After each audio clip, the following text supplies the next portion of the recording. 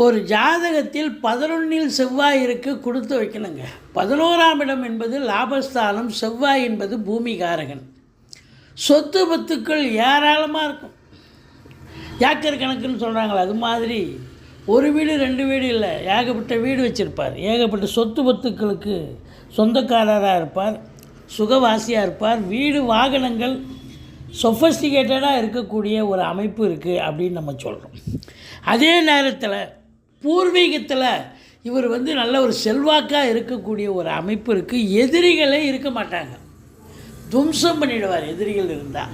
அதே நேரத்தில் இவங்க அரசியலில் ஈடுபட்டாலும் சரி, வேறு எதில் ஈடுபட்டாலும் இவங்க நம்பர் 1 இருப்பாங்க. அதாவது அரசு அதிகாரிகளாக இருந்தாலும் நம்பர் 1 உயர் அதிகாரி தான். அரசாங்கத்தில், அதாவது அரசியல்வாதியாக இருந்தாலும் ஒரு எம்எல்ஏ, எம்பி, மினிஸ்டர்ன்ற அளவுக்கு பெரிய லெவலில் ரீச் ஆக முடியும். நல்ல அந்த காவல்துறை,